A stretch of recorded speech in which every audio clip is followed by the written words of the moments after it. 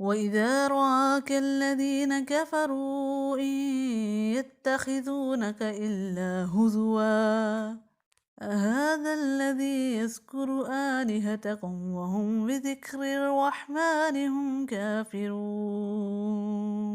وَإِذَا اور جب رآک دیکھتے ہیں آپ کو الذین وہ جنہوں نے کفروا کفر کیا ان نہیں یتخذونک وہ بناتے آپ کا الا مگر ہزوا مذاق اہذا کیا یہ ہے الذی وہ جو یذکر ذکر کرتا ہے آلہتکم تمہارے الہوں کا وہم حالانکہ وہ بذکری ذکر سے الرحمانی رحمان کے ہم وہ کافرون انکاری ہیں۔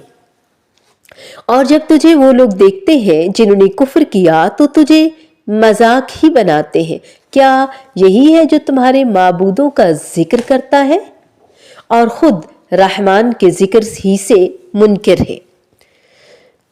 ہزواً یعنی مفعول جس سے مذاق کیا جائے، جس کا مذاق اڑایا جائے۔ پچھلی آیات میں لوگوں کو خیر و شر کے ساتھ آزمانے کا ذکر فرمایا۔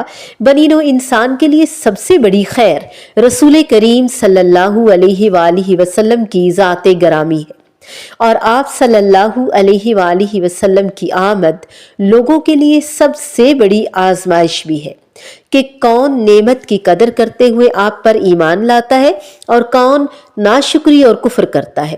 اس آیت میں اس نعمت کے عطا ہونے پر ناشکری کرنے والے لوگوں یعنی کافروں کے رویے کا ذکر فرمایا کہ جب وہ آپ کو دیکھتے ہیں تو آپ کا مذاق ہی بناتے ہیں، سنجیدگی سے نہ کوئی بات سنتے ہیں اور نہ ہی سمجھتے ہیں۔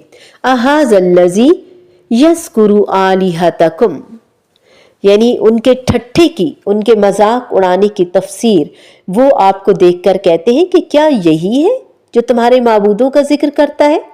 ذکر کرنے سے مراد اچھائی سے ذکر کرنا بھی ہوتا ہے اور برائی سے بھی۔ تعین اس کا حال کے قرینے سے ہوتا ہے، پتہ چل جاتا ہے۔ مثلا کوئی شخص آپ سے آپ کے کسی دوست کے متعلق بیان کرتا ہے کہ وہ آپ کا ذکر کر رہا تھا تو ظاہر ہے اس کی مراد یہی ہے کہ وہ آپ کی تعریف کر رہا تھا، ذکر خیر کر رہا تھا۔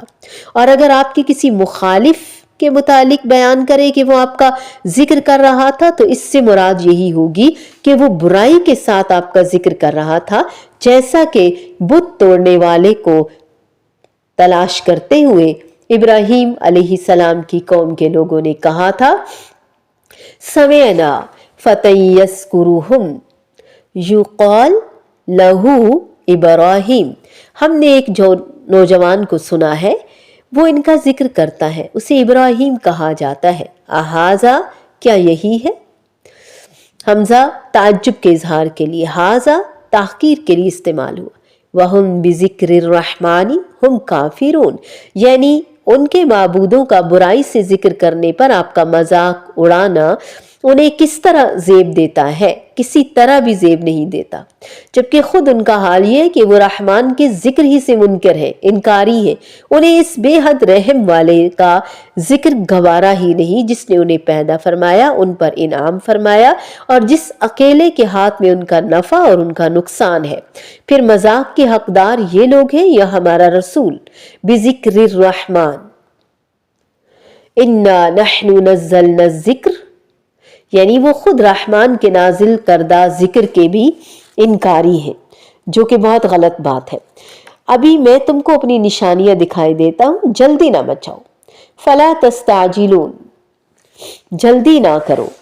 اب یہ آیات اور ان کی اگلی جو آیت آئے گی نا 37 اس میں یہ والی بات ہم سیکھیں گے، جلدی کس طرح ہم مچاتے ہیں۔ یہاں ہم یہ دیکھ رہے ہیں کہ منکرین حق جب تم کو دیکھتے ہیں تو تمہارا مذاق اڑاتے ہیں، اللہ اکبر۔ جب کبھی آپ کو دیکھتے ہیں تو آپ کے دشمن آپ کا مذاق اڑاتے ہیں۔ ہماری زندگی میں تو ایسا کوئی مسئلہ نہیں کہیں ہر روز کوئی ہمارا مذاق اڑا رہا ہو کہ تم دین پر کیوں چل رہی ہو۔ اگر کسی کی زندگی میں ہے تو وہ نبی کریم صلی اللہ علیہ وآلہ وسلم کو یاد کر لے کہ آپ کے ساتھ بھی تو ایسا ہی ہوتا تھا نا، کہ لوگ ہر وقت آپ کا مذاق اڑایا کرتے تھے۔ تو میرا اگر کسی نے اڑا دیا تو کیا ہوا، میں کیا چیز ہوں؟